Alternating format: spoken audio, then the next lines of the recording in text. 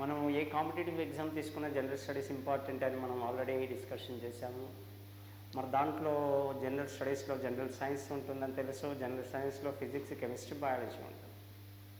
మరి chemistry chemistry questions ఏ విధంగా అడుగుతున్నాడు, కెమిస్ట్రీకి సంబంధించిన సిలబస్ ఆల్రెడీ మనం డిస్కషన్ చేశాము. మరి ఫిజిక్స్ చాప్టర్స్ ఏమేమి ఉన్నవి, దాంట్లో ఎలా క్వశ్చన్స్ అడుగుతున్నాడు అనేది మనం కూడా అది కూడా డిస్కషన్ చేద్దాం. మరి ఫిజిక్స్లో కూడా క్వశ్చన్స్ చాలా టఫ్గా అడుగుతూ ఉన్నాడండి. ఇంకోటి ప్రాబ్లం అడుగుతున్నాడు అండి, ఫిజిక్స్లో ప్రాబ్లం అడుగుతున్నాడు. ఈ ప్రాబ్లం అడిగే వరకు జనాలు అంతా భయపడతా ఉన్నారు. ఆ ప్రాబ్లం కూడా ఎలా అడుగుతున్నాడంటే జనరల్గా అడుగుతున్నాడు. చూడండి, జనరల్గా క్వశ్చన్ అడుగుతూ ఉన్నాడు. గుండె కొట్టుకుంటా ఉంటుంది కదా, ఆ గుండె యొక్క పౌనపుణ్యం ఎంత అన్నాడు. అటువంటి జనరల్గా అడుగుతున్నారు. అంటే అది పౌనపుణ్యం అనేది మనకు చాప్టర్, పౌనపుణ్యం అనేది ఒక టాపిక్ ఉంటుంది. ఆ పౌనపుణ్యానికి సంబంధించినది మన జనరల్ లైఫ్లో అప్లికేషన్ టైప్లో అడుగుతున్నారు. చూడండి, సో అట్లా మనం డైలీ లైఫ్లో అనువర్తింపుకుంటూ చదవాలి అన్నమాట. ఈ ఫిజిక్స్ అంతా కూడా మనకి అనువర్తనాలు ఎక్కువగా వచ్చేస్తూ ఉంటాయి. అప్లికేషన్ టైప్లో క్వశ్చన్స్ అడగడానికి బాగా ఛాన్స్ ఉంది చూడండి ఈ ఫిజిక్స్ నుంచి. మరి ఫిజిక్స్లో ఒకసారి సిలబస్ తీసుకున్నట్లయితే ఏమేమి టాపిక్స్ ఉన్నాయి మనకి?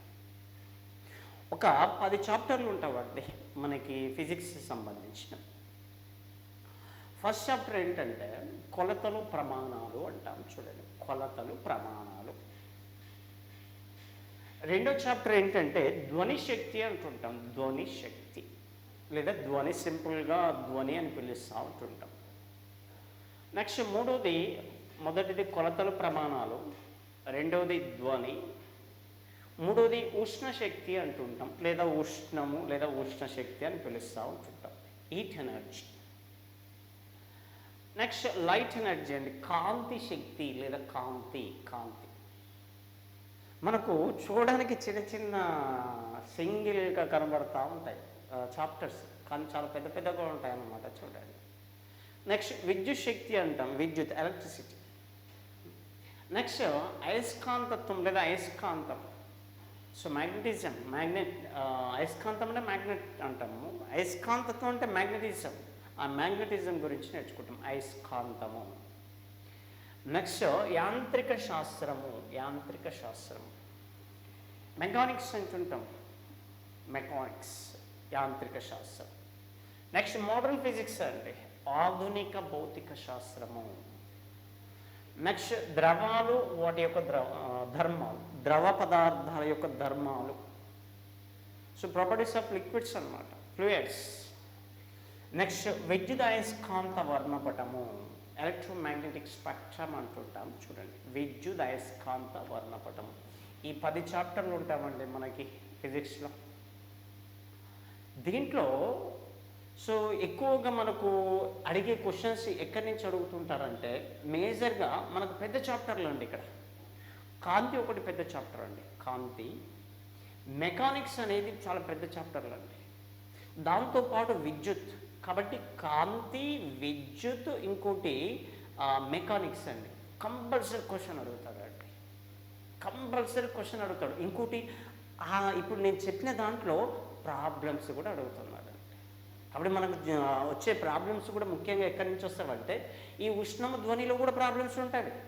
ఉష్ణము ధ్వని కూడా అడుగుతున్నాడు, కానీ మేజర్గా ఎక్కువగా స్ట్రెచ్ చేసేది ఏంటంటే కాంతి, విద్యుత్, మెకానిక్స్. ఇక అలా అని ఆ 3 చాప్టర్లు చదువుకుంటే సరిపోదు, అన్ని చాప్టర్లు చదవాల్సిందే. ఓకే, మరి కొలతల ప్రమాణాలు. ఫస్ట్ చాప్టర్ ఏంటంటే కొలతలు ప్రమాణాలు. అసలు కొలత అంటే ఫర్ ఎగ్జాంపుల్ ఈ బోర్డు ఉంది, బోర్డుని కొలమంటే ఏం చేస్తాం మనం? టేప్ తీసుకొని కొలుస్తాం కదా, లేదా ఈ మూర పెట్టి కొలుస్తూ ఉంటాం. ఫర్ ఎగ్జాంపుల్ లేడీస్ పూలు పెట్టుకుంటారు కదా, పూలను ఎలా కొలుస్తాం? మూర అంటుంటారు, పూల దండలు మూర. వాటన్నిటిని కొలతలు అంటుంటాం. చూడండి, ఫర్ ఎగ్జాంపుల్ మనం ఊళ్ళలో ఆట ఆడుకునేటప్పుడు, చిన్నప్పుడు ఆట ఆడుకునేటప్పుడు కబడ్డీను ఇంకేదో ఆట ఆడుకునేటప్పుడు ఆ గ్రౌండ్ గీసుకోవడానికి అంగల్ వాడు. ఆ విధంగా వాటన్నిటిని కొలతలు వాడతాం. మరి ఏ కొలతలను వాడాలి? అసలు ప్రామాణిక కొలత అంటే ఏంటి? ఫర్ ఎగ్జాంపుల్ ఇప్పుడు మూర ఉంది కదా, మరి మూర అనేది ప్రామాణిక కొలత అవుతుందా కాదా? సో ఆ విధంగా అనమాట. ప్రామాణిక కొలత అంటే ఏంటి, కనీసపు కొలత అంటే ఏంటి, కనీసపు కొలత అంటే ఏంటి, ప్రామాణిక కొలత అంటే ఏంటి, అసలు కొలత అంటే ఏంటి చూడండి. మరి ప్రమాణం అంటే ఏంటి, ప్రమాణం ఎప్పుడు వాడాలి, దేనికి వాడుతున్నాము ప్రమాణం, కొలతలను కొలవడానికి ఉపయోగించే పద్ధతులు ఏంటివి, సిజిఎస్ పద్ధతి అంటే ఏంటి, ఎంకేఎస్ పద్ధతి అంటే ఏమిటి, నెక్స్ట్ ఎఫ్ఈఎస్ పద్ధతి అంటే ఏంటి. ఈ 3 పద్ధతులు కాక ప్రజెంట్గా ఏదైనా పద్ధతి ఉందా, ఆ పద్ధతి ఎస్ఐ పద్ధతి అంటాం, అంతర్జాతీయ ప్రమాణాల పద్ధతి అంటాం. ఆ పద్ధతి ఏంటి, ఎస్ఐ పద్ధతి అంటే ఏంటి, ఎప్పుడు ప్రవేశపెట్టారు. ఈ సిజిఎస్ పద్ధతిలో, ఎఫ్ఈఎస్ పద్ధతిలో, సిజిఎస్ పద్ధతిలో, ఎంకేఎస్ పద్ధతిలో ద్రవ్యరాశికి, నెక్స్ట్ పొడవుకి, నెక్స్ట్ కాలానికి ప్రమాణాలు ఏంటివి. నెక్స్ట్ ఎస్ఐ పద్ధతి దేని అనుగుణంగా తీసుకురాబడింది, ఆ ఎస్ఐ పద్ధతిలో ఏ ప్రమాణాలు వాడుతున్నాము. భౌతిక రాశి అంటే ఏమిటి, ప్రాథమిక భౌతిక రాశి అంటే ఏంటి, నెక్స్ట్ ఉత్పన్న భౌతిక రాశి అంటే ఏంటి. ప్రాథమిక భౌతిక రాశులకు ఉండే ప్రమాణాలను ఏమంటున్నాం, ఉత్పన్న భౌతిక రాశులకు ఉండే ప్రమాణాలను ఏమంటున్నాము. ఆ ప్రాథమిక భౌతిక రాశులు ఏంటివి, సంపూరక రాశులు ఏంటివి, సంపూరక భౌతిక రాశులు, ప్రాథమిక రాశులు ఏంటివి.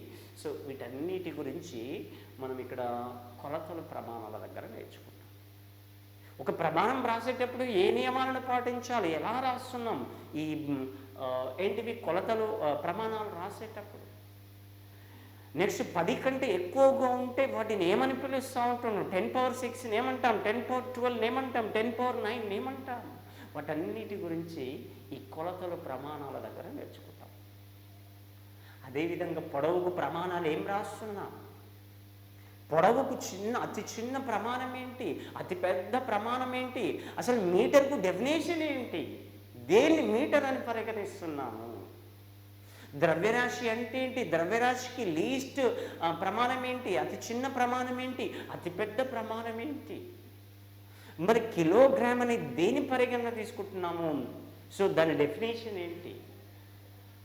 సో నెక్స్ట్ మనకి కాలం ప్రమాణం ఏంటి, ఆ సెకండ్కి నిర్వచనం ఏంటి, ఆ కాలంలో అతి చిన్న ప్రమాణం ఏంటి, అతి పెద్ద ప్రమాణం ఏమిటి. సో వాటన్నిటి గురించి ప్రమాణాల అన్నిటి గురించి ఈ చాప్టర్లో నేర్చుకుంటామండి. అయినా ఈ చాప్టర్ మనం ఏంటంటే ఇక్కడ అన్నిట్లో మనకు వచ్చేసే ఆల్రెడీ ఈ బలం అనేది ఉంది. ఫర్ ఎగ్జాంపుల్ బలానికి ప్రమాణం ఏమిటి అంటారు. ఆ బలానికి ప్రమాణం అనేది మనం ఇక్కడ డిస్కషన్ చేయాల్సిన అవసరం కూడా లేదు. ఆ బలం అనేది యాంత్రిక శాస్త్రంలో వస్తుంది, అక్కడ కూడా మనం డిస్కషన్ చేస్తామన్నమాట. చూడండి, కాబట్టి సపరేట్గా చెప్పుకుంటే అదే కొలతలు ప్రమాణాలు చెప్పుకుంటాం. ఆల్రెడీ ఈ చాప్టర్లో కూడా డిస్కషన్ చేస్తాం. ఫర్ ఎగ్జాంపుల్ అయస్కాంతత్వం ఉంది, అయస్కాంత ప్రేరణకి ప్రమాణం ఏంటి, ఆ విధంగా అడుగుతుంటారు. ఆల్రెడీ ప్రమాణాలు కొలతల్లో నేర్చుకుంటాం, ఆ అయస్కాంతత్వంలో కూడా నేర్చుకుంటాం. సో ఆ విధంగా చూడండి.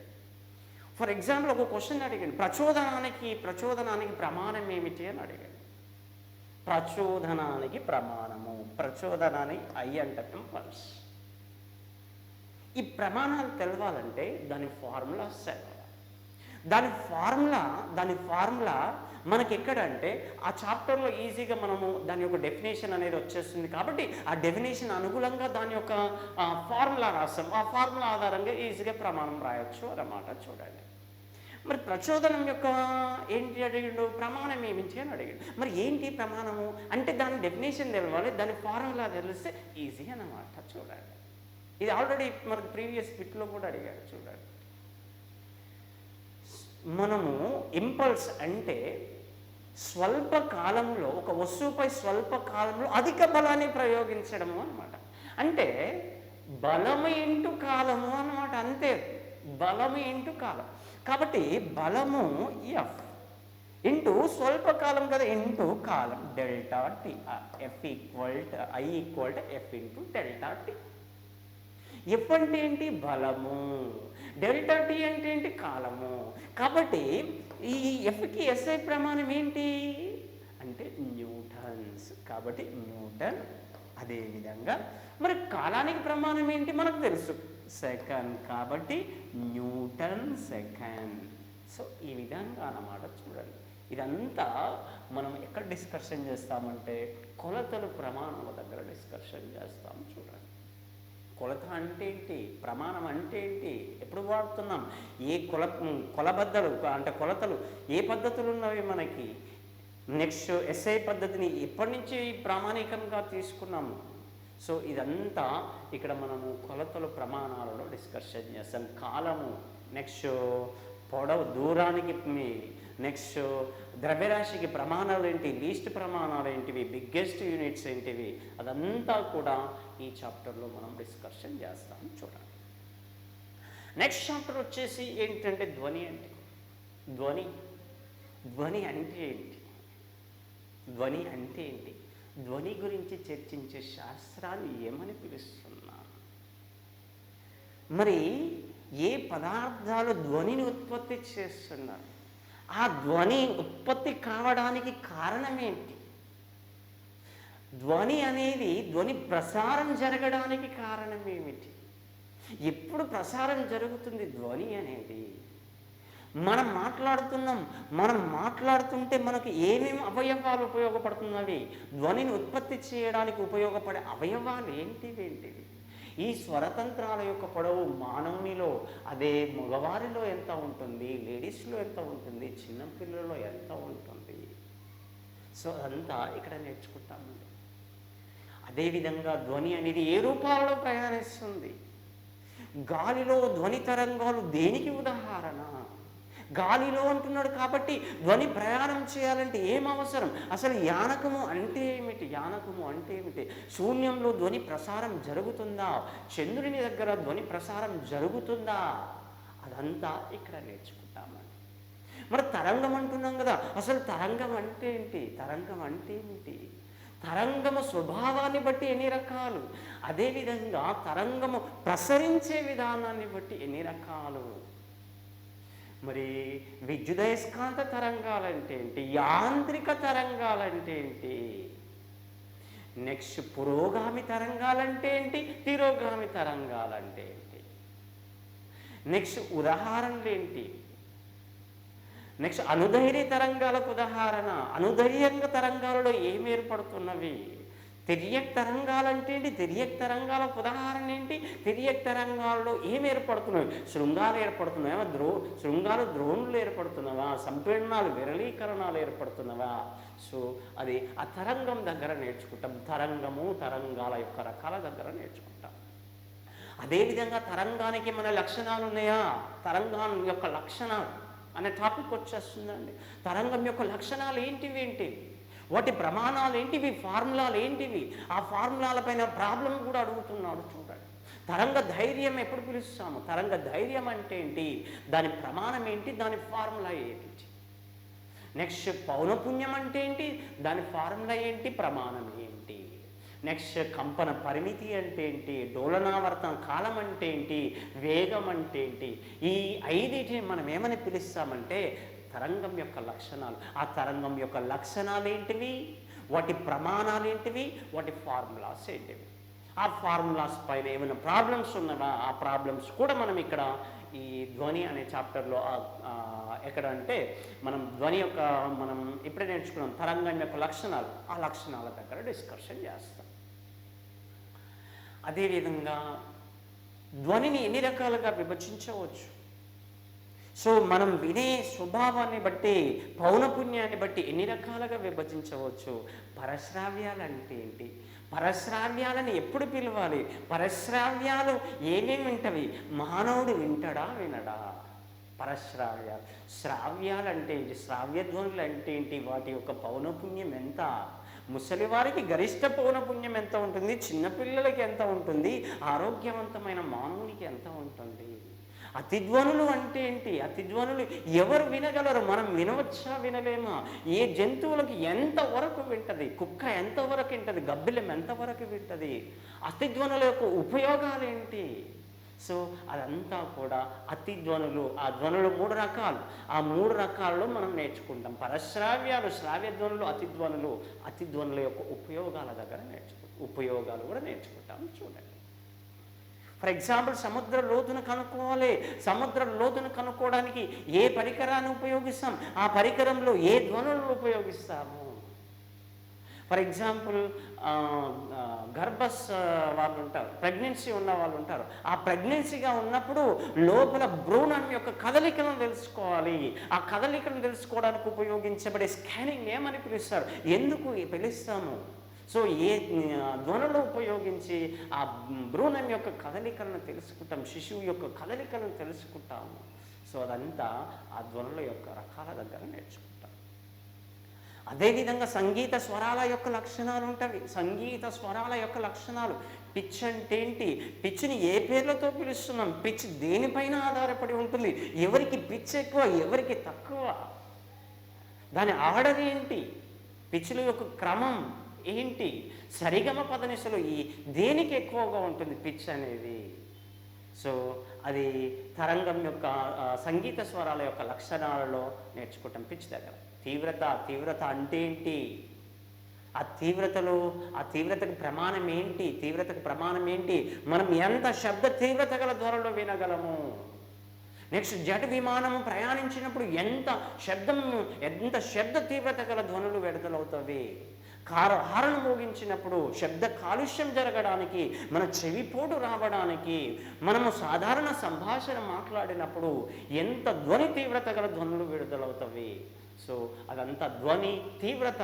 ఆ ధ్వని తీవ్రతకు ప్రమాణం ఏమిటి, ఎవరి జ్ఞాపకార్థం ఆ ప్రమాణం ఇవ్వబడింది, అదంతా అక్కడ మనము ధ్వని తీవ్రత దగ్గర నేర్చుకుంటాం. నెక్స్ట్ నాణ్యత అంటే ఏంటి, దేనిపైన ఆధారపడి ఉంటుంది.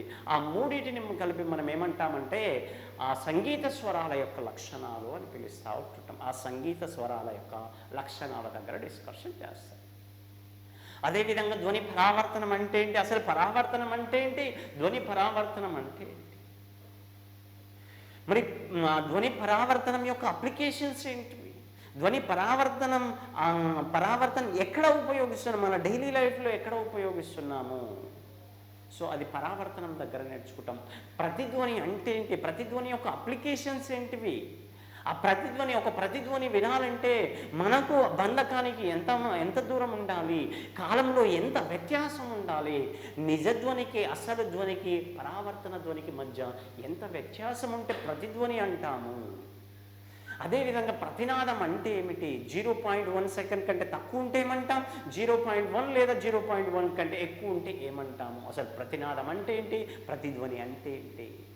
సినిమా థియేటర్లో చూస్తుంటాం, ఆడిటోరియాలు లేదా సినిమా థియేటర్లో ఆ గోడలకి పైభాగాలకి అసలు చెక్కలు కానీ ధ్వని గ్రాహక పదార్థాలను అమరుస్తారు. ఎందుకు అమరుస్తారు, మనం కూర్చునే సీట్లు కూడా ఆ సినిమా థియేటర్లో ఆడిటోరియాలలో ఆ ధ్వని గ్రాహక పదార్థాలు అంటే మెత్తటి పదార్థాలు, స్పాంజ్ కానీ ఇంకేదైనా మెత్తటి పదార్థాలను అమరుస్తారు. ఎందుకు అమరుస్తారు అనేది ఆ ధ్వని అక్కడ పరావర్తనము, ప్రతిధ్వని, నెక్స్ట్ ప్రతినాదం దగ్గర నేర్చుకుంటాం. అదేవిధంగా అనునాదం అంటే ఏంటి, డైలీ లైఫ్లో అనునాదం యొక్క అప్లికేషన్స్ ఏంటి. ఫర్ ఎగ్జాంపుల్ మనం బస్సు వెళ్తున్నప్పుడు కొద్ది మూమెంట్లో హైవేలో వెళ్తున్నప్పుడు సౌండ్ వస్తుంది. సౌండ్కు కారణం ఏంటి, ఈ అనునాదం ఏర్పడాలంటే ఈ కండిషన్ ఏంటి. నెక్స్ట్ సైనికులు, మిలిటరీ సైనికులు ఆ బ్రిడ్జ్ దగ్గర వచ్చినప్పుడు ఎందుకు మార్చ్ పాస్ట్ చేయనివ్వరు. సో అది మనం అనునాదం అనే టాపిక్ ఉంటుంది, అక్కడ డిస్కషన్ చేస్తాం. డాప్లర్ ఫలితం అంటే ఏంటి, ఆ డాప్లర్ ఫలితం యొక్క అప్లికేషన్స్ ఏంటివి అనేది ఆ డాప్లర్ ఫలితం అనేది వచ్చేస్తుంది చూడండి. నెక్స్ట్ ధ్వని ప్రయాణం చేయాలంటే ఏం కావాలి, ఆ యానకాలలో ఘన పదార్థాలలో ఎలా ఉంటుంది, ద్రవ పదార్థాలలో ఎలా ఉంటుంది, వాయు పదార్థాలలో ధ్వని వేగం ఎలా ఉంటుంది, ధ్వని ప్రసారం ఎలా ఉంటుంది, దేంట్లో ఎక్కువగా ఉంటుంది, దేంట్లో తక్కువగా ఉంటుంది, అన్నిటిలోకెల్లా ఏ పదార్థంలో ఎక్కువగా ఉంటుంది, ఏ పదార్థంలో తక్కువగా ఉంటుంది, గాలిలో ధ్వని ప్రసరణ ధ్వని వేగం దేనిపైన ఆధారపడి ఉంటుంది, ఆర్ద్రతకి ఎలా ఉంటుంది, సాంద్రతకి ఎలా ఉంటుంది, పీడనానికి ఎలా ఉంటుంది, ఉష్ణోగ్రతకి ఎలా ఉంటుంది. 1 డిగ్రీ సెంటీగ్రేడ్ ఉష్ణోగ్రత పెరిగిస్తే ధ్వని వేగం ఎంత పెరగడానికి ఛాన్స్ ఉంది, ఆర్ద్రతకి ఎలా ఉంటుంది, పీడనం పైన ఆధారపడుతుందా ఆధారపడదా, ఇవి గాలిలో ధ్వని వేగాన్ని ప్రభావితం చేసే అంశాలు అనేది ఉంటుంది. ఆ అంశాల దగ్గర మనం డిస్కషన్ చేస్తూ ఉంటాం. చూడండి, ఇది మనము ఎక్కడ అంటే ధ్వని అనే చాప్టర్ దగ్గర డిస్కషన్ చేస్తాం. చూడండి, నెక్స్ట్ చాప్టర్ ఏంటంటే ఉష్ణం అంటే అసలు ఉష్ణం అంటే ఏంటి, వేడి అంటే ఏంటి, ఉష్ణం అంటే ఏంటి, ఉష్ణాన్ని కొలవడానికి ఏమైనా పరికరాన్ని వాడుతున్నామా, నెక్స్ట్ ఉష్ణానికి ప్రమాణం ఏంటి, అరే ఉష్ణం కూడా ప్రమాణం ఉందా అనుకుంటాం, ఉష్ణం ఆ ప్రమాణం ఏంటి, నెక్స్ట్ పదార్థాల్లో ఉష్ణ ప్రసారణ ఎన్ని రకాలుగా జరుగుతుంది, ఎన్ని రకాలు జరుగుతుంది, సంవహనం ఎప్పుడు జరుగుతుంది, వాహకత్వం ఎప్పుడు జరుగుతుంది, వికిరణం ఎప్పుడు జరుగుతుంది, వికిరణం అంటే ఏంటి, సంవహనం అంటే ఏంటి, వాహకత్వం అంటే ఏంటి, వాటి యొక్క అప్లికేషన్స్ ఏంటి, ఘన పదార్థాలలో ఏమనాలి, ద్రవ పదార్థాల్లో వాయు పదార్థాల్లో ఏమనాలి, అసలు యానకం లేకుంటే జరిగే ఉష్ణ ప్రసారణ ఏమనాలి. సో అది పదార్థాల్లో ఉష్ణ ప్రసరణ దగ్గర నేర్చుకుంటాం. చూడండి, వాటి యొక్క అప్లికేషన్స్ ఏంటి. ఫర్ ఎగ్జాంపుల్, మనం అన్నం వండుతుంటాం, కూర వండుతుంటాం, చెంచాను పట్టుకుంటాం, ఆ చెంచా కాలడానికి గల కారణం ఏంటి, టీ తాగేటప్పుడు గ్లాస్ని ఉప్పు అంటుంటాం, ఆ అనడానికి గల కారణం ఏంటి. సో అది పదార్థాల్లో ఏంటిదంటే ఉష్ణ ప్రసారణ దగ్గర నేర్చుకుంటాం. అదేవిధంగా పదార్థాలు తమ గుండా ఉష్ణాన్ని ప్రసరించే దాన్ని బట్టి పదార్థాలు ఎన్ని రకాలు, వాటికి ఉదాహరణలు ఏంటి, వాహకాలు అంటే ఏంటి, ఉదాహరణలు ఏంటి, బంధకాలు అంటే ఏంటి, ఉదాహరణలు ఏంటి, అత్యుత్తమం ఏది, నెక్స్ట్ అత్యుత్తమం కానిది ఏది. సో అక్కడ పదార్థాల యొక్క రకాలు, ఉష్ణాన్ని తమ గుండా ప్రసరించే విధానాన్ని బట్టి అక్కడ నేర్చుకుంటాం. నెక్స్ట్ సంకోచం అంటే ఏంటి, వ్యాకోచం అంటే ఏంటి, వ్యాకోచం ఎప్పుడు జరుగుతుంది, సంకోచం ఎప్పుడు జరుగుతుంది, ఘన పదార్థాలలో, ద్రవ పదార్థాల్లో, వాయు పదార్థాల్లో వ్యాకోచం ఎలా, ఘన పదార్థాల్లో వ్యాకోచాలు ఎన్ని రకాలు, వాటి యొక్క నిష్పత్తి ఎంత, వాటి మధ్య గల సంబంధం ఏమిటి, ఆ సంకోచం వ్యాకోచం యొక్క అప్లికేషన్, డైలీ లైఫ్లో అప్లికేషన్స్ ఏంటి. ఫర్ ఎగ్జాంపుల్, రెండు కరెంటు వైర్ల స్తంభాల మధ్య వైర్లను వేలాడదీయడానికి కారణం ఏంటి, రోడ్డు వేసేటప్పుడు అటువైపు ఇటువైపు కొంచెం ఖాళీలను వదలడానికి కారణం ఏంటి, రైలు పట్టాలు వేసేటప్పుడు రెండు వరుస రైలు పట్టాల మధ్య ఖాళీని ఎందుకు అమరుస్తారు. ఇదంతా సంకోచము వ్యాకోచము అనే టాపిక్ దగ్గర నేర్చుకుంటాను. చూడండి, అదేవిధంగా నీటి యొక్క అసంగత ప్రవర్తన, నీటిని వేడి చేసే 0 నుంచి 4కి వేడి చేసి ఏమవుతుంది, 4 నుంచి 0కి చల్లారిస్తే ఏం జరుగుతుంది, దాన్ని ఏమంటాం, నెక్స్ట్ దాని యొక్క అప్లికేషన్స్ ఏంటి. సో అదంతా నీటి యొక్క అసంగత ప్రవర్తన దగ్గర నేర్చుకుంటాం. అదేవిధంగా ఈ అసంగత ప్రవర్తన యొక్క అప్లికేషన్స్, నెక్స్ట్ తర్వాత ఉష్ణోగ్రత అంటే ఏమిటి, ఉష్ణోగ్రతను కొలవడానికి ఏమైనా పరికరం ఉందా, ఎవరు తయారు చేసేదో, దాంట్లో మొట్టమొదటగా ఉపయోగించబడే పదార్థం ఏంటి, అది ఏ సూత్రం ఆధారంగా పనిచేస్తుంది, ఇప్పుడేం వాడుతున్నాము, ఉష్ణమాపకాలు ఇప్పుడేది వాడుతున్నాము, మెర్క్యూరీని వాడడానికి గల కారణం ఏమిటి, ఆల్కహాల్ని వాడడానికి గల కారణం ఏమిటి, దానికి ప్రమాణాలు ఏంటి, ఏ స్కేళ్ళ ద్వారా కొలుస్తున్నాము, ఉష్ణోగ్రతను ఏ స్కేళ్ళ ద్వారా కొలుస్తున్నాము, ఆ ఫారెన్హీట్ సెల్సియస్కి కెల్విన్కి మధ్య గల సంబంధం ఏమిటి, దానిపైన ప్రాబ్లమ్స్ అడుగుతూ ఉంటుంటారండి. ప్రాబ్లమ్స్ ఒక దాంట్లో ఇచ్చి సెల్సియస్లో ఇచ్చి ఫారెన్హీట్లో లేదా కెల్విన్లో కలుపుకో అంటాడు, లేదా కెల్విన్లో ఇచ్చి ఫారెన్హీట్లో లేదా సెల్సియస్లో కనుక్కోండి అంటుంటాడు. అంటే వాటి మధ్య గల సంబంధం మనకు తెలిసి ఉండాలి, ఆ 3 స్కేళ్ళ మధ్య గల సంబంధం మనకు తెలిసి ఉండాలి. అదంతా ఆ స్కేళ్ళ దగ్గర, ఆ ఉష్ణోగ్రతను కొలిసే దగ్గర, ప్రమాణాల దగ్గర మనం డిస్కషన్ చేస్తాం. చూడండి, మరి నెక్స్ట్ తీసుకున్నట్లయితే ఉష్ణమాపకాలకు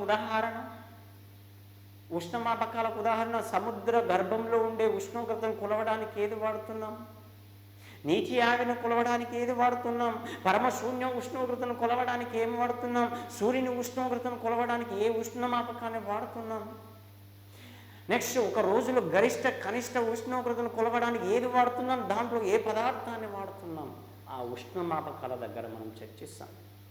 మన శరీర ఉష్ణోగ్రతను కొలవడానికి ఏది వాడుతున్నాం, దాంట్లో ఎన్ని రకాల స్కేల్ ఉంటున్నవి, దాంట్లో మన టెంపరేచర్, ఆరోగ్యవంతమైన మానవం యొక్క టెంపరేచర్ ఎంత ఉంటుంది, చిన్నపిల్లలు ఉష్ణోగ్రతను కొలవడానికి ఏది వాడుతున్నాము, ప్రజెంట్గా ఏది ఎక్కువగా ఉపయోగిస్తున్నాం, ఎందుకు వాడుతున్నాము. సో అది ఉష్ణమాపకాల దగ్గర డిస్కషన్ చేస్తాము. చూడండి, మరి నెక్స్ట్ తీసుకున్నట్లయితే దాంట్లోనే విశిష్టోష్ణం అనేది వస్తుందండి. విశిష్టోష్ణం అంటే ఏంటి? పదార్థాల యొక్క విశిష్టోష్ణం ఎలా ఉంటుంది? పదార్థాలకు డిఫరెంట్గా ఉంటుందా, సేమ్గా ఉంటుందా? ఆ విశిష్టోష్ణానికి ప్రమాణాలు ఏంటి? విశిష్టోష్ణం యొక్క డైలీ లైఫ్లో ఏమైనా మనకు అప్లికేషన్స్ ఉన్నవా, అనువర్తనాలు ఉన్నవా?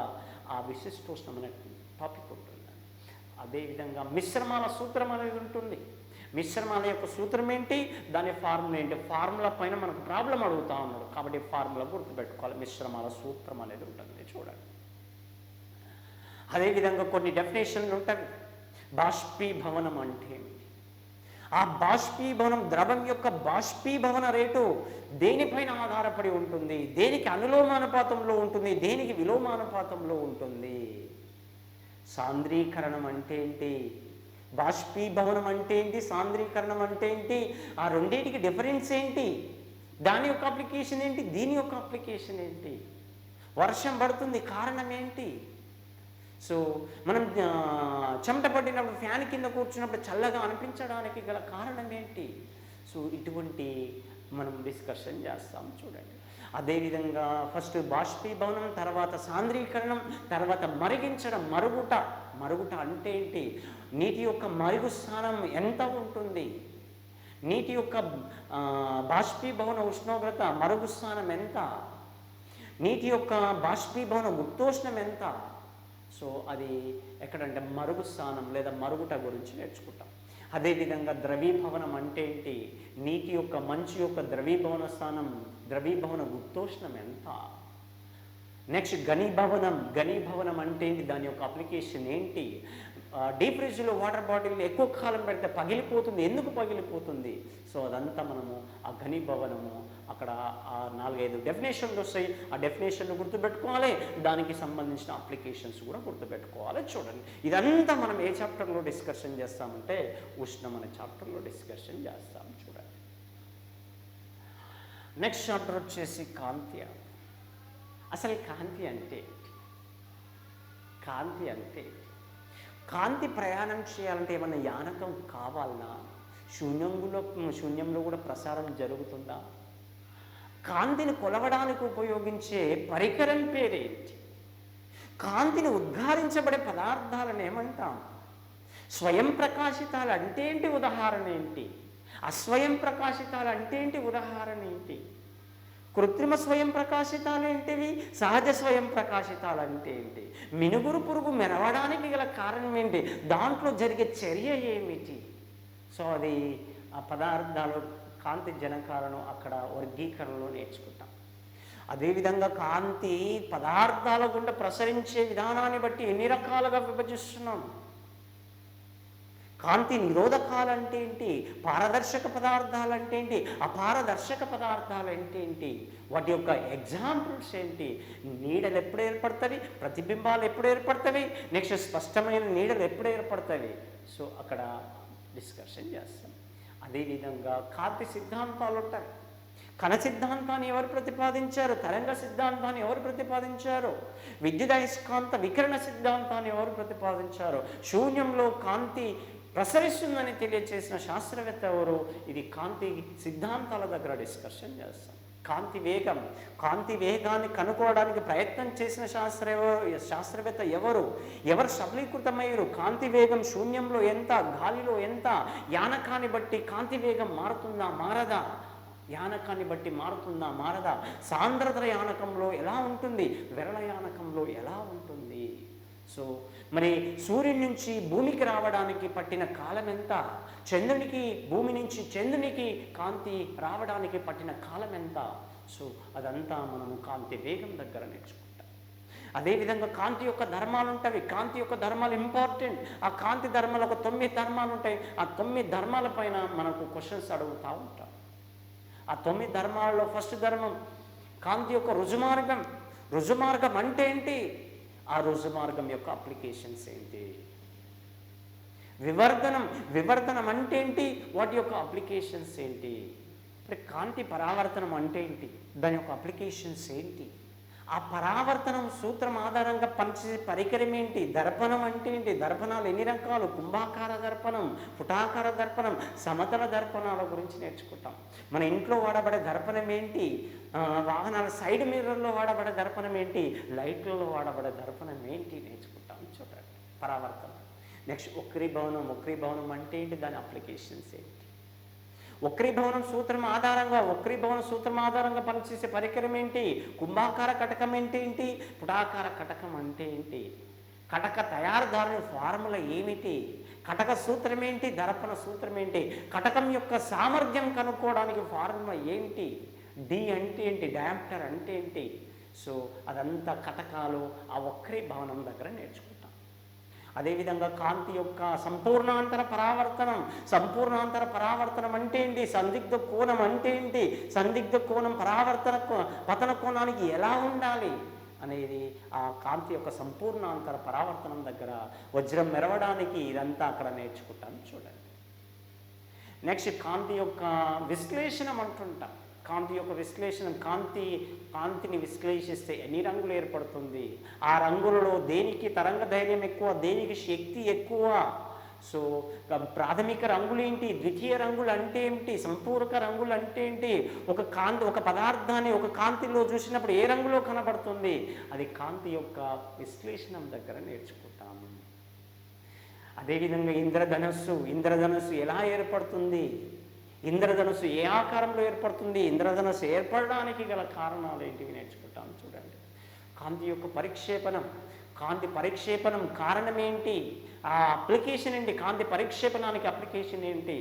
మనకు కాంతి పరిక్షేపణం అంటే సివి రామన్ గుర్తొచ్చేస్తూ ఉంటాడు.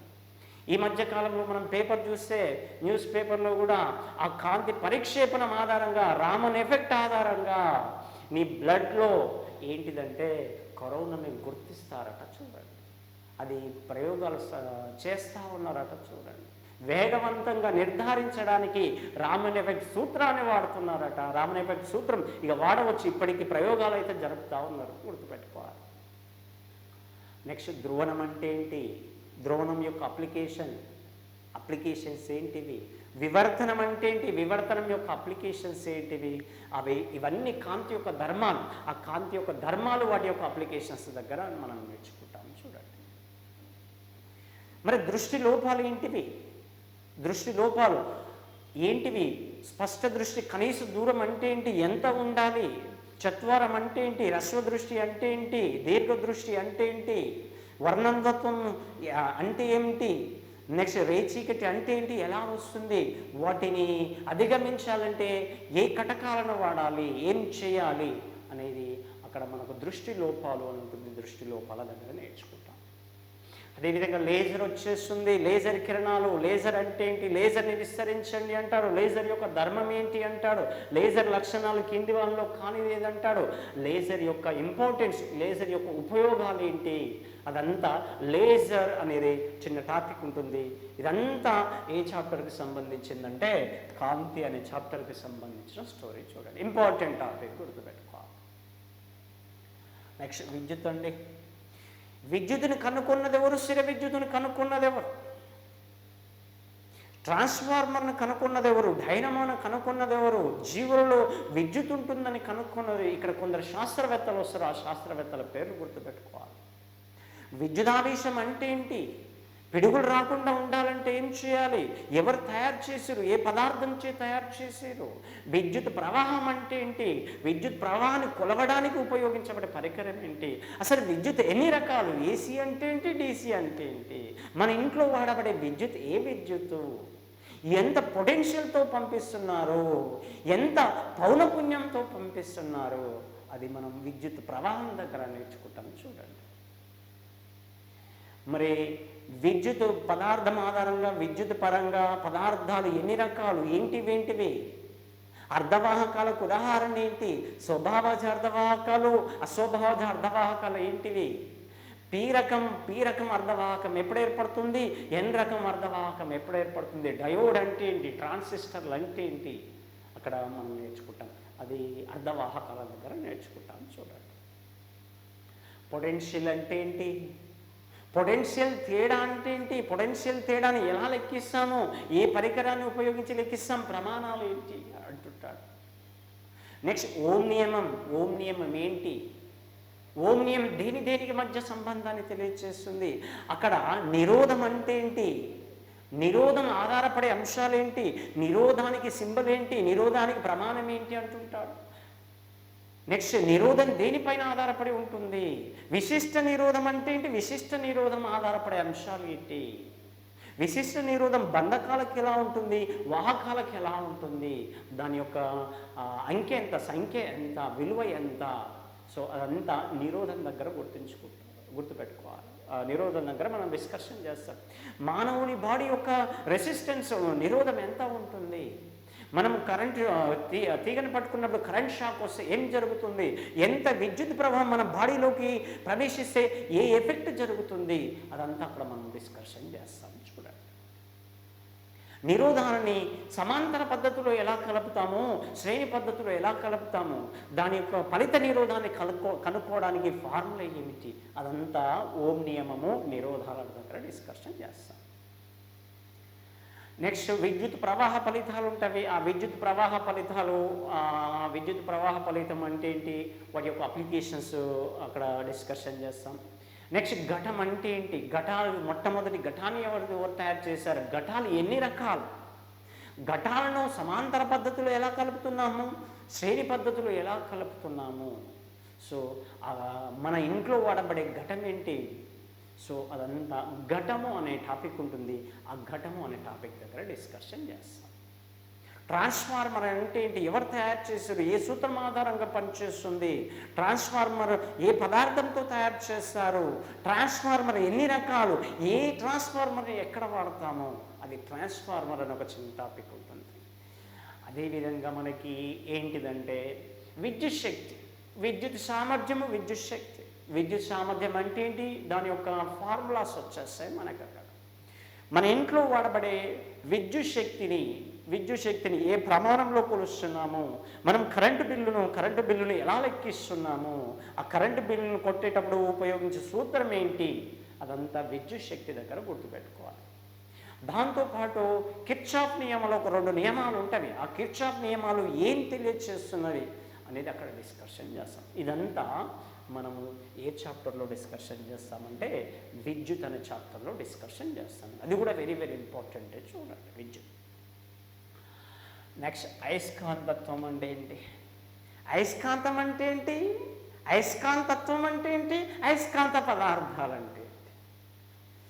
అయస్కాంతత్వం ఆధారంగా అయస్కాంత పదార్థాలను ఎన్ని రకాలుగా విభజించవచ్చు. అయస్కాంతానికి పేరెట్లు వచ్చింది, ఎప్పుడు ఎవరు కనుక్కున్నారు, ఎలా కనుక్కున్నారు. అయస్కాంత పదార్థాలకు ఉదాహరణ, అనయస్కాంత పదార్థాలకు ఉదాహరణ.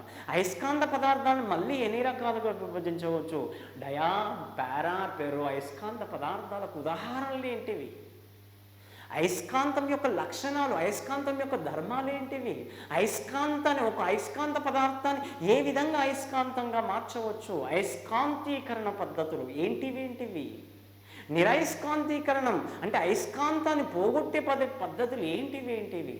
సో వాటన్నిటి గురించి ఇక్కడ డిస్కషన్ చేస్తాం. అయస్కాంతం యొక్క ఉపయోగాలు ఏంటి. నెక్స్ట్ అదేవిధంగా ఇక్కడ మనకు కొన్ని డెఫినేషన్లు వస్తాయి. అయస్కాంత పొడవు అంటే ఏంటి, అయస్కాంత ధ్రువసత్వం అంటే ఏంటి, అయస్కాంత భ్రామకం అంటే ఏంటి, అయస్కాంత క్షేత్రం అంటే ఏంటి, అయస్కాంత క్షేత్ర తీవ్రత అంటే ఏంటి, అయస్కాంత ప్రేరణ అంటే ఏంటి, అభివాహం అంటే ఏంటి, అభివాహ సాంద్రత అంటే ఏంటి, ప్రవేశశీల్యత అంటే ఏంటి, బలరేఖలు, దిక్పాతము, అవపాతము, ఇదంతా డెఫినేషన్లు. వాటి యొక్క ప్రమాణాలు అడుగుతూ ఉంటుంటాడు. ఇక్కడ ప్రమాణాలు కూడా బాగా గుర్తుపెట్టుకోవాలి. అయస్కాంతత్వంలో చూడండి, ఇదంతా మనం ఏ చాప్టర్లో డిస్కషన్ చేస్తామంటే అయస్కాంతత్వం అనే చాప్టర్లో డిస్కషన్ చేస్తాం. నెక్స్ట్ యాంత్రిక శాస్త్రం. ఈ యాంత్రిక శాస్త్రం దగ్గర సదిశ రాశి అంటే ఏంటి, అదిశ రాశి అంటే ఏంటి, స్థానభ్రంశము, దూరము, వేగము, త్వరణము, బలము, వీటికి ప్రమాణాలు ఏంటి, డెఫినేషన్లు ఏంటి, సూత్రాలు ఏంటి, ప్రమాణాలు ఏంటివి, సదిశ రాశులా, అదిశ రాశులా, వాటికి మధ్య గల సంబంధం ఏమైనా ఉందా. సో అదంతా ఈ యాంత్రిక శాస్త్రంలో అక్కడ డిస్కషన్ చేస్తారు. సదిశ రాశులు, అదిశ రాశులు. నెక్స్ట్ న్యూటన్ గమన నియమాలు ఏంటి? మొదటి నియమం ఏమేం తెలియచేస్తుంది, రెండవ నియమం ఏం తెలియచేస్తుంది, మూడవ నియమం ఏంటి? మొదటి నియమంలో జడత్వం గురించి వస్తుంది. జడత్వం అంటే ఏంటి? జడత్వం దేనిపైన ఆధారపడి ఉంటుంది? జడత్వం ఎన్ని రకాలు, వాటికి అప్లికేషన్స్ ఏంటి? అదంతా మనము న్యూటన్ యొక్క మొదటి నియమం, న్యూటన్ యొక్క గమన నియమాల దగ్గర నేర్చుకుంటాం. ప్రచోదనం అంటే ఏంటి?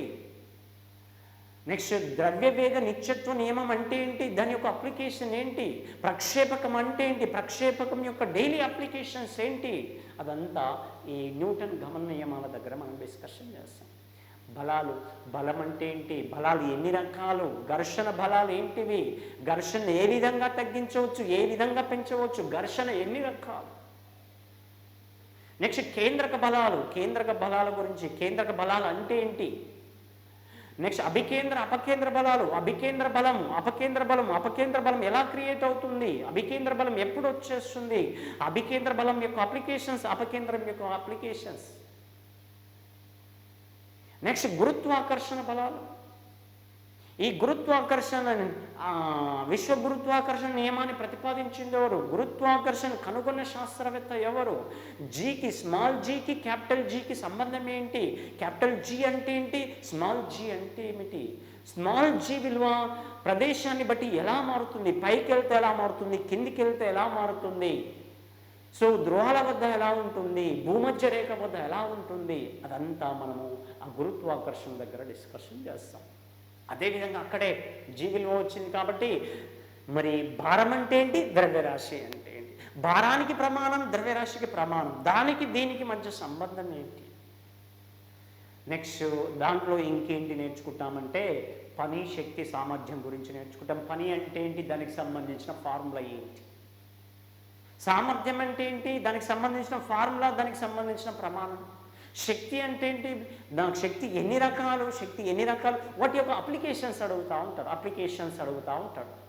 స్థితిశక్తికి ఫార్ములా, దానిపైన స్థితిశక్తి, గతి శక్తికి ఏంటంటే ప్రాబ్లం కూడా అడుగుతున్నారు. కాబట్టి మనం అవంతా కూడా అక్కడ శక్తి దగ్గర డిస్కషన్ చేస్తాం. చూడండి, పని, శక్తి, సామర్థ్యం దగ్గర ఇదంతా ఏ చాప్టర్లో డిస్కషన్ చేస్తామంటే యాంత్రిక శాస్త్రంలో డిస్కషన్ చేస్తాం. నెక్స్ట్ ఆధునిక భౌతిక శాస్త్రం అండి. మరి ఒక పరమాణువు అంటే ఏంటి? పరమాణువులో ఉండబడే కణాలు ఏంటివి? ఎవరు కనుక్కున్నారు, ఎలా కనుక్కున్నారు, ఆ ప్రయోగాలు ఏంటి? పాజిట్రాన్ అంటే ఏంటి, ఎవరు కనుక్కున్నారు? నెక్స్ట్ రేడియో ఐసోటోపులు అంటే ఏంటి, వాటి యొక్క అప్లికేషన్స్ ఏంటి? రేడియో ఐసోటోపుల యొక్క ఉపయోగాలు ఏంటి? నెక్స్ట్ ఎక్స్ కిరణాలు ఎవరు కనుక్కున్నారు? తరంగ ధైర్యం విలువ ఎంత, దాని యొక్క పౌనపుణ్యం ఎంత, దానికి శక్తి ఎక్కువగా ఉంటుందా, తక్కువగా ఉంటుందా, దాని యొక్క వేగం ఎంత, ఎన్ని రకాలు ఎక్స్ కిరణాలు, ఎన్ని రకాలు, వాటి యొక్క అప్లికేషన్స్ ఏంటి? కాస్మిక్ కిరణాలు ఎక్కడి నుంచి వస్తున్నాయి, ఎవరు కనుక్కున్నారు, ఎన్ని రకాలు? సో అదంతా ఇక్కడ డిస్కషన్ చేస్తాం. అదేవిధంగా మనకు రేడియో ధార్మికత అంటే ఏమిటి, కృత్రిమ రేడియో ధార్మికత అంటే ఏమిటి, వాటికి ప్రమాణాలు ఏంటి, రేడియో ధార్మిక కిరణాలని ఎవరిని పిలుస్తున్నాం, ఆ రేడియో ధార్మిక కిరణాల యొక్క లక్షణాలు ఏంటి, రేడియో ధార్మిక కిరణాల ఉనికిని తెలుసుకోవడానికి ఉపయోగించే పరికరాలు ఏంటి? సో అదంతా ఇక్కడ నేను డిస్కషన్ చేస్తాను. అదేవిధంగా కేంద్రక చర్యలు ఏంటి, కేంద్రక సంలీనం అంటే ఏంటి, కేంద్రక విచ్చితి అంటే ఏంటి? సో కేంద్రక చర్యలు అక్కడ సూర్యునిలో జరిగే చర్య, న్యూక్లియర్ రియాక్టర్లో జరిగే చర్య, ఆటం బాంబ్, హైడ్రోజన్ బాంబ్లో జరిగే చర్యలు ఏంటివి, అదంతా ఈ చాప్టర్లో మనం డిస్కషన్ చేస్తాం. మోడర్న్ ఫిజిక్స్లో డిస్కషన్ చేస్తాం. చూడండి, నెక్స్ట్ ద్రవాల ధర్మాలండి. పదార్థాలు ఎన్ని రకాలు? ఘన పదార్థాలు, ద్రవ పదార్థాలు, వాయు పదార్థాల యొక్క పోలికలు, వాటి యొక్క ధర్మాలను పోలుస్తాం. సంపీడిత ఎలా ఉంటాయి, వాటి యొక్క వ్యాపనాల రేటు ఎలా ఉంటాయి, ద్రవ పదార్థాల యొక్క ధర్మాలు ఏంటివి, తలతన్యత అంటే ఏంటి, వాటి యొక్క అప్లికేషన్స్ ఏంటి? నెక్స్ట్ స్పర్శకోణం అంటే ఏంటి, స్పర్శకోణం అంటే ఏంటి? 90 degrees కంటే ఎక్కువగా ఉంటే స్పర్శకోణం ఏమవుతుంది, 90 degrees కంటే తక్కువ ఉంటే ఏం జరుగుతుంది? కేశనాళికీయత అంటే ఏంటి, దాని యొక్క అప్లికేషన్, మన డైలీ లైఫ్లో కేశనాళికీయత అప్లికేషన్స్ ఏంటి? స్నిగ్ధత అంటే ఏంటి, మన డైలీ లైఫ్లో దాని యొక్క ఉపయోగాలు ఏంటి? స్నిగ్ధతకు ఎలా ఉపయోగిస్తున్నాం, దాని యొక్క అప్లికేషన్స్ ఏంటి? స్నిగ్ధత, నెక్స్ట్ పీడనం, ద్రవాల యొక్క పీడనం ఏంటి, అదేవిధంగా పీడనం వచ్చింది కాబట్టి వాయువుల పీడనాన్ని ఎలా కొలుస్తాం, ఏ పరికరాన్ని వాడుతున్నాము, పైకి వెళ్తే పీడనం ఏమవుతుంది, కిందికి వెళ్తే పీడనం ఏమవుతుంది సముద్ర మట్టం నుండి. నెక్స్ట్ మనం కొండలపైన వంట చేయడానికి మనం ప్రెషర్ కుక్కర్లను వాడతాం, ఎందుకు వాడతాము? సో అదంతా పీడనము, ఆ ద్రవాల యొక్క ధర్మాల దగ్గర నేర్చుకుంటాం. అదేవిధంగా ఇక్కడ మనము ఒక 2-3 నియమాల గురించి కూడా నేర్చుకుంటాం. బాయిల్ నియమం దేని మధ్య సంబంధాన్ని తెలియజేస్తుంది, దాని యొక్క అనువర్తనం ఏంటి. పాస్కల్ నియమం అంటే ఏంటి, పాస్కల్ నియమం మన డైలీ లైఫ్లో ఏ విధంగా ఉపయోగపడుతుంది. బెర్నౌలీ సూత్రం ఏంటి, బెర్నౌలీ సూత్రం యొక్క అప్లికేషన్స్ ఏంటి, సాంద్రత అంటే ఏంటి, విశిష్ట సాంద్రత అంటే ఏంటి, ప్లవన సూత్రాలు అంటే ఏంటి, నెక్స్ట్ వాటి యొక్క అప్లికేషన్స్ ఏంటి, ఆర్కిమిడిస్ సూత్రం ఏంటి, దాని అప్లికేషన్ ఏంటి, ఇదంతా కూడా మనము ద్రవాల యొక్క ధర్మాల దగ్గర డిస్కషన్ చేస్తాం. ఇక లాస్ట్ టాపిక్ వచ్చేస్తే విద్యుదయస్కాంత వర్ణపటం. అసలు వర్ణపటం అంటే ఏంటి, విద్యుదయస్కాంతం అంటే ఏంటి, విద్యుదయస్కాంత వర్ణపటం అంటే ఏంటి, వాటి తరంగదైర్యాలు ఏంటి, వాటి పౌనపుణ్యాలు ఏంటి, విద్యుదయస్కాంత వికిరణాలు ఏంటి, విద్యుదయస్కాంత వికిరణాలను మన డైలీ లైఫ్లో ఏ విధంగా ఉపయోగిస్తున్నాం, వాటి యొక్క అనువర్తనాలు ఏంటివి. సో వాటన్నిటి గురించి మనం ఈ చాప్టర్లో డిస్కషన్ చేస్తాం. చూడండి, విద్యుదయస్కాంత వర్ణపటం దగ్గర డిస్కషన్ చేస్తాం. ఇవండి మనకు ఫిజిక్స్కి సంబంధించిన చాప్టర్లో చూడండి. కాబట్టి ఈ ఫిజిక్స్లో ప్రాబ్లం అడగడానికి ఛాన్స్ ఉంది. ఆ ప్రాబ్లం రావాలంటే మనకు ఫార్ములాస్ కూడా రావాలి. ఆ ఫార్ములాస్ కూడా బాగా ప్రాక్టీస్ చేయాలి, ప్రాబ్లమ్స్ కూడా బాగా ప్రాక్టీస్ చేస్తే ఫిజిక్స్లో కూడా మనము ఎన్ని మార్క్స్ ఉంటే అన్ని మార్క్స్ స్కోర్ చేయడానికి ఛాన్స్ ఉంది. సో ఎక్కువగా ఇక్కడ ఏంటి అంటే అనువర్తనాలు బాగా గుర్తుపెట్టుకోవాలి, అప్లికేషన్స్ బాగా గుర్తుపెట్టుకోవాలి. ఆ డైలీ లైఫ్లో జరిగే అప్లికేషన్స్ అడగడానికి ఛాన్స్ ఎక్కువగా ఉంటుంది. ఉదయం పూట సూర్యుడు ఎర్రగా ఎందుకుంటాడు అంటాడు, మధ్యాహ్నం పూట కొంచెం తెల్లగా ఉంటాడు ఎందుకుంటాడు అంటాడు. అటువంటి క్వశ్చన్స్ మన డైలీ లైఫ్లో జరుగుతుంటాయి కాబట్టి అడగడానికి ఛాన్స్ ఎక్కువగా ఉంటుంది. ఓకే.